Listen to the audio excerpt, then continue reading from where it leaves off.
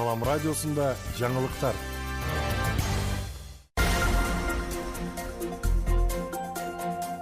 Арбаңыз угарман жана көрөрман, эфирде жаңылыктар түрмөгү, аны менен мен Бекбол Бактылуу тааныштырам. Баткенде соңку аптада 12 мас айдоочу аныкталды. Баткенде бир жума аралыгында 948 жол эрежелерин бузуу фактылары катталды. Жол кыймылынын коопсуздугун камсыздоо бөлүмүнүн маалыматы боюнча, мас абалда унаа башкарган 12, тиешелүү документтери жок транспорт башкарган 6, ылдамдыкты ашырып айдаган 194 учур аныкталды. Ошондой эле башка жол эрежелерин бузган 736 факт катталды. Ал эми ар кандай жол эрежесин бузгандыгы үчүн 40 автоунаа айып короо жайына токтотулду. Баткенде сууга сууну үнөмдөөчү жаңы ыкма сунушталды. Баткен облусунда сууга суу таңкыстыгы бар аймактар үчүн өзбекстандык ишкер рулондук бетон аталышындагы жаңы продукция сунуштады. Бул материалды ички арыктарга орнотуп, сууну жоготуусуз пайдаланууга болот. Ак Сай айыл өкмөтүнүн тургундарына бул продукция суноо иретинде көрсөтүлдү. Бул тууралуу облустук бийликтен кабарлашты. Ага ылайык материалдарды орнотуу үчүн 4 киши бир күндө 1 чакырымга чейин төшөй алат. Метр квадраты 350 сом турат. Баткен облусунун ыйгарым укуктуу өкүлүнүн биринчи орун басары Маруфхан Тулаев бул ыкманы жайылтуу жана чек ара айылдарында жумуш орундарын түзүү максатында ишкер менен келишим түзүп, завод куруу сунушун берди. Баткенде өспүрүм эмгек акциясы өткөрүлүп, 7 ата-энеге айыппул салынды. Бул тууралуу облустук милициядан билдиришти. Кен районунун Самаркандек айылында өспүрүмдөрдүн эмгегин пайдаланууну алдын алуу максатында профилактикалык иш-чара өткөрүлдү. Милиция жана социалдык өнүгүү башкармалыгынын адистери 24 объектти текшерип, соода-саттык, кафе-ресторандар, автовокзал жана дүкөндөрдө түшүндүрүү иштерин жүргүзүштү. Иш-чаранын жыйынтыгында соода-саттыкта өз алдынча жүргөн 5 бала жана түнкүсүн максатсыз көчөдө жүргөн 2 бала аныкталды.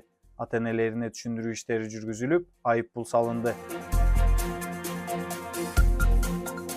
Баткен жана Сох райондорунун акимдери чек арадагы кызматташтыкты талкуулашты.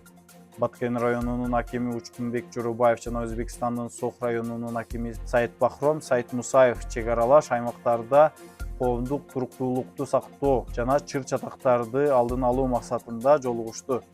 Эки тарап айылдар аралык ынтымакты бекемдөө, ирригациялык маселелерди чечүү жана маданий иш-чараларды уюштуруу боюнча кеңешти. Жолугушууда Таян, Сай, унаа жолун куруу жана Чарбак менен Согмент айылдарынын суу маселелери да каралды. Жыйынтыгында эки тараптуу волейбол мелдеш өткөрүлүп, бул иш-чаралар эки эл ортосундагы тынчтык жана достукту чыңдоо максатында уюштурулду.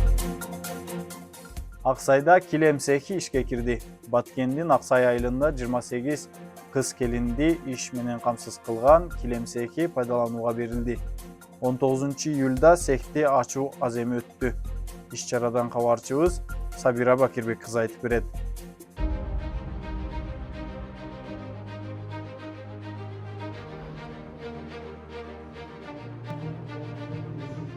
Бул цехтен нукура килемдер токулуп чет өлкөлөргө сатылат. Баткен районунун Ак Сай айылында килем токуу цехи толугу менен бүткөрүлүп пайдаланууга берилди.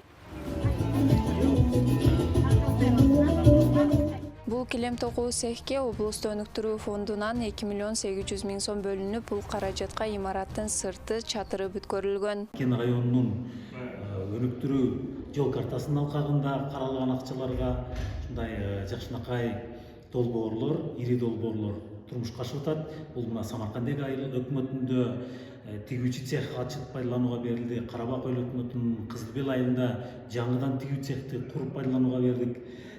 Суу башы айыл өкмөтүнүн Боз Адыр айылында дагы бир тигүүчү цехти бүтүрүп пайдаланууга бердик. Килемдер бул колдо токулган жана натуралдык сырьёдон буну чет өлкөлүк туристтерге дагы өтө баалуу билет болуп эсептелинет. Ошондуктан алыскы жана жакынкы чет өлкөлөргө чейин биз экспорттойбуз. Ошондой эле килем цехке Дүйнөлүк банктын каржылоосу Касамин жергиликтүү жамааттарды өнүктүрүү долбоорунун алкагында Арис уюму бардык керектүү болгон жабдууларды орноткон. Цехке сырьеда ишканадан даярдалат. Айылдагы малдын жүнү кабыл алынып, жууп тазалоо менен жип өндүрүлөт. Анын алкагында экологиялык жактан таза, сапаттуу, жагымдуу жаңы технология менен токулган килемдер даярдалат. Дүйнөлүк банктын өкүлдөрүнө, Аристин кызматкерлерине терең ыраазычылык билдирем. Анткени булар ушул биздин Аксай айылына килем цехин ачуу боюнча экономикалык долбоорду ийгиликтүү ишке ашырышты. Үй бүлөсүнүн жанында, бала чакасынын жанында эле өздөрүнүн үй бүлөлөрүнүн экономикалык абалдарын кичине болсо да чечип, сүйүнүп отурган мезгили. Учурда Кыргыз килеми ишканасы өнүктүш катары ишкананын 32 чебер кыз-келиндерди килем токуу боюнча окутуудан өткөрүшкөн. Килем токуу ишканасынын пайдаланууга берилиши менен 28 кыз-келин жумуш орду менен камсыз болду. Сабира Бакирбек кызы, Салам Медиа, Баткен. Бүгүнкү маанилүү жаңылыктар ушул болду. Кийинки чыгарылыштан көрүшкөнчө саламыбыз түз болсун.